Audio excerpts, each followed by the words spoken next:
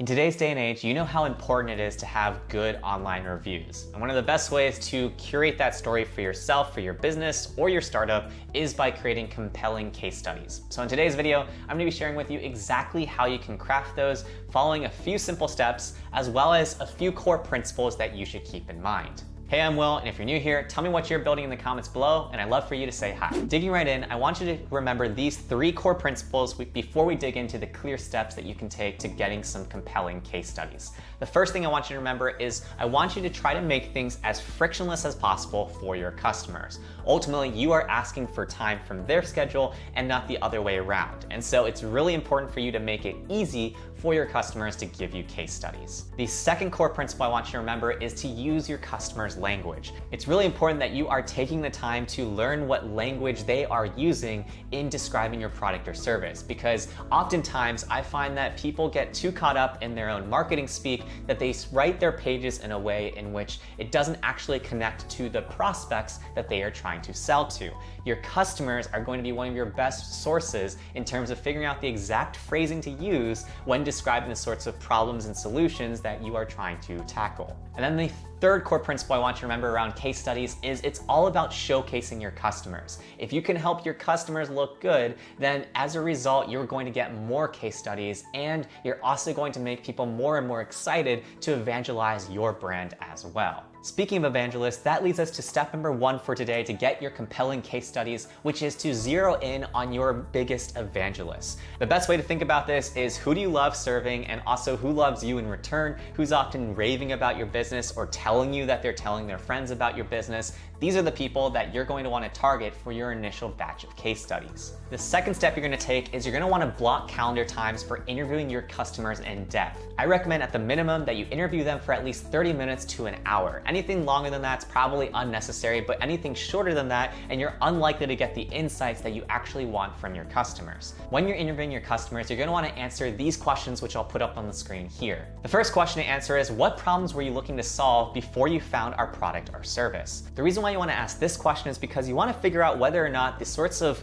customers that you're even attracting today are the ones that you're trying to solve for in terms of the core business function. And it's by helping getting this verbalization from your customers that you're going to be able to identify this for yourself. The second question you're going to ask is, how do you describe our product or service to a friend or colleague?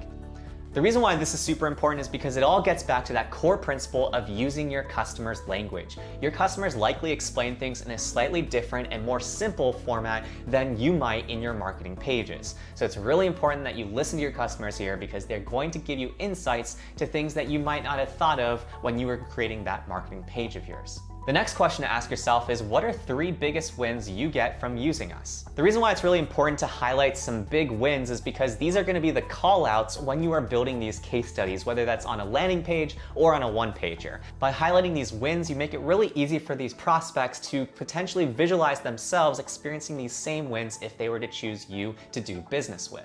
The fourth question to ask yourself is, when you were evaluating us versus competitors, what did you consider important? The reason why this is really important is because a good case study should always consider bringing up points in terms of different considerations that somebody might want to think about, or highlighting exactly what a customer was thinking about before they decide to go with your business.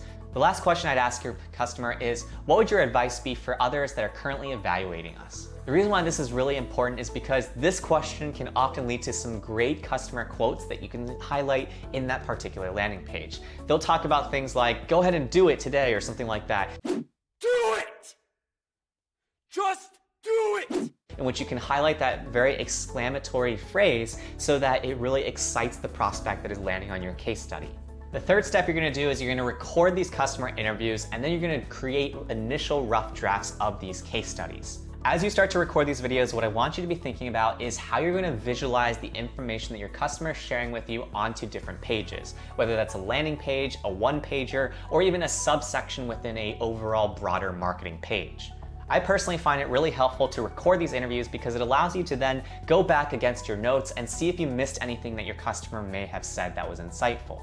Once you've gotten through your interviews, your fourth step is to get feedback on your rough draft. There's really two key stakeholders when getting feedback. The first one is your internal team. So you want to make sure that you ask somebody else in your team, if you have other team members, in terms of whether or not the case study you're actually drafting communicates the things that you want to communicate. And then the second person you're going to want to get feedback from is actually the customer themselves. And so you're going to want to circle back with them after they've done their interview and see if they like what you've written. It's only by getting the buy-in from the customer that you're going to be able to succeed in the next step of the process. That naturally leads us to our fifth step of today's process, which is to create your landing pages and then promote them.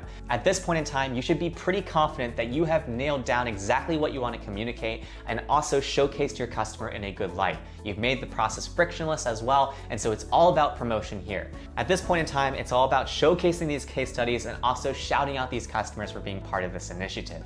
Hopefully you've gathered at least 2 or 3 different case studies so you have more than one person to showcase, but what I recommend you do as you launch these pages is really make a point to share these with your customers as well.